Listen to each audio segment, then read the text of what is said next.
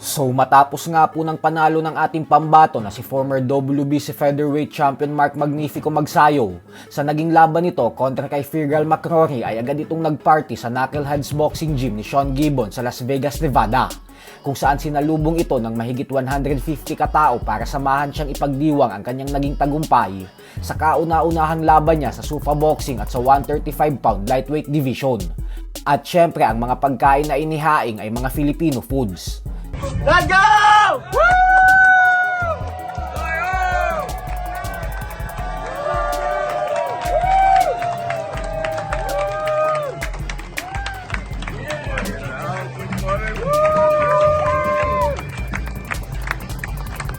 Samantala, trending naman ngayon ang naging reaksyon ni Magsayo nang malaman niya na siya ang nanalo ng $50,000 o 3 million pesos na bonus nang dahil sa performance of the night, kung saan tila nawala ang pagod nito nang dahil sa sobrang saya.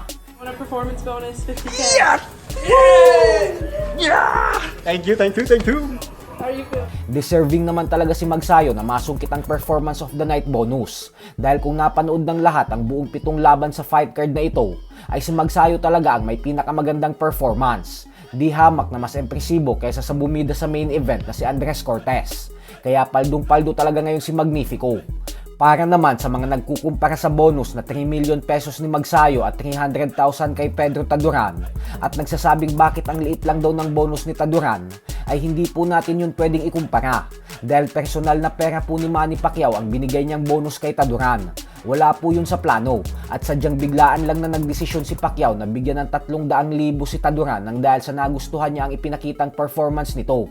Habang yung kay Magsayo naman na 3 million pesos ay nakalaan na talaga yon sa budget ng Zuffa Boxing Promotions na sa tuwing may boxing event sila ay may bibigyan sila ng performance of the night bonus. Kaya hindi pa rin biro yung 300,000 pesos na binigay ni Pacquiao.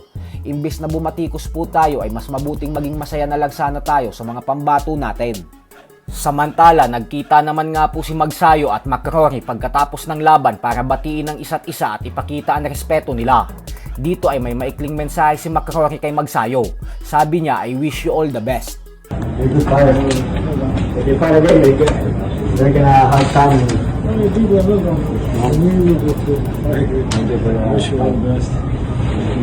Sa kabilang banda naman mga idol ay 10 araw nga po makalipas ang masaklap na pagkatalong nalasap ni Keith Thurman via technical knockout sa kamay ng WBC Junior Middleweight Champion Sebastian Fundora, ay muli po itong nagpakita matapos mag-post ng video sa kanyang official Instagram account para batiin ng mga fans niya ng Happy Easter. At sa video nga po na ito ay kapansin-pansin na hindi pa masyadong naghihilom ang matinding sugat na marka sa ilalim ng mata niya na iniwan ni Fundora. Ganun pa man ay sinabi pa din ni Thurman na nangangati na daw siyang bumalik sa boxing, mag-ensayo at lumaban ulit. Subalit sa kasamaang palad umano ay hindi pa siya pwedeng mag-ensayo at lumaban ulit kasi sinuspindi daw siya ng Boxing Commission nang dahil sa mga pinsalang natamo niya. Hindi naman po ito yung parusang suspension nang dahil sa may ginawang kalokohan o nilabag na batas. At bagkos normal lang po napatawan ng suspension ang mga boksingero kapag lumalaban ito at nagkaroon ng seryosong pinsala upang masigurado ang kanilang mga kaligtasan ng komisyon. It just got out, but they messed up on it, so we got to keep this on for another week, man.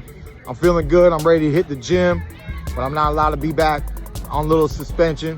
But we'll be back soon, man.